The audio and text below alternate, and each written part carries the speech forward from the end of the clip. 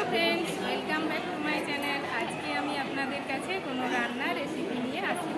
আজকে আমি এসেছি রামচন্দ্র মন্দিরে।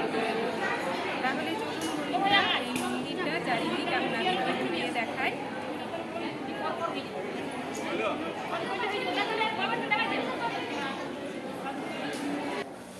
এই যে দেখতে পাচ্ছেন রামচন্দ্রের মূর্তি, আর এই যে ইনি ঠাকুর মশাই বসে আছেন। পুজো সারা হয়ে গিয়েছে।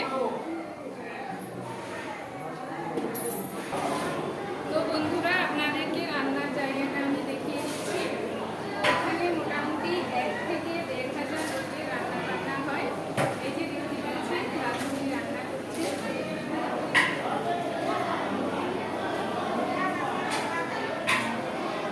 আর এই যে এখানে রাখা হয়।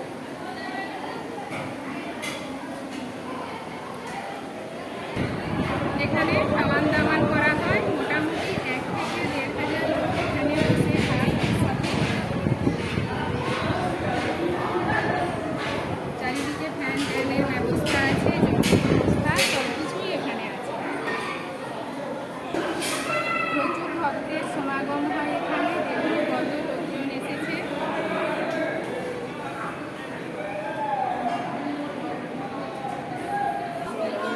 এই যে এখানে সবাই বসে বিশ্রাম নেয়। এটা বিশ্রামের স্থল। সবাই বেদার্থীরা এসে এখানে বসে থাকে, আরাম করে। ফ্যান ট্যান সব লাগানো আছে।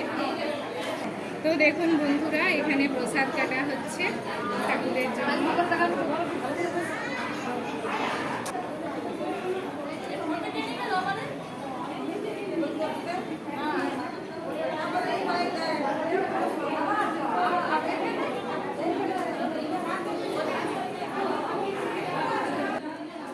তো দেখুন বন্ধুরা এটা মন্দিরের পেছন দিক, কত গাছপালা আছে এখানে। এর পাশ দিয়ে বয়ে চলেছে শিলাবতী নদী। নদীটা আপনাদেরকে আমি একটু পরে দেখিয়ে দেব। তো দেখুন বন্ধুরা আমি চলে এসেছি নদীর ধারে। এটা নদীতে নামার রাস্তা। এখন আমরা নদীর রাস্তা ধরে চলে যাচ্ছি।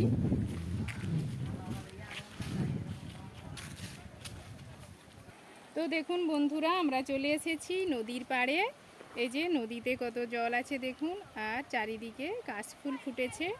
আর এটা আমাদের কাঠের ব্রিজ। বন্যাতে ব্রিজটা ভেঙে গিয়েছে। এখন নদী পার হতে খুবই কষ্ট হয়। এই জলের মধ্য দিয়ে মানুষকে হেঁটে পের হতে হয়।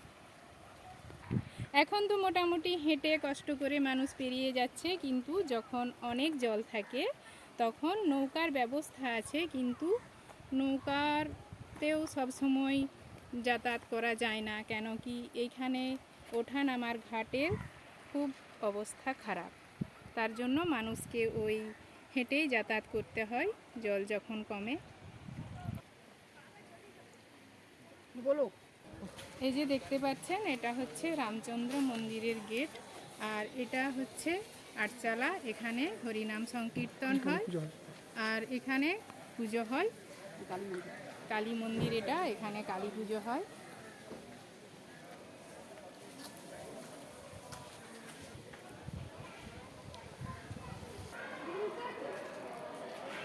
তো বন্ধুরা ভিডিওটি আমি এখানেই শেষ করছি।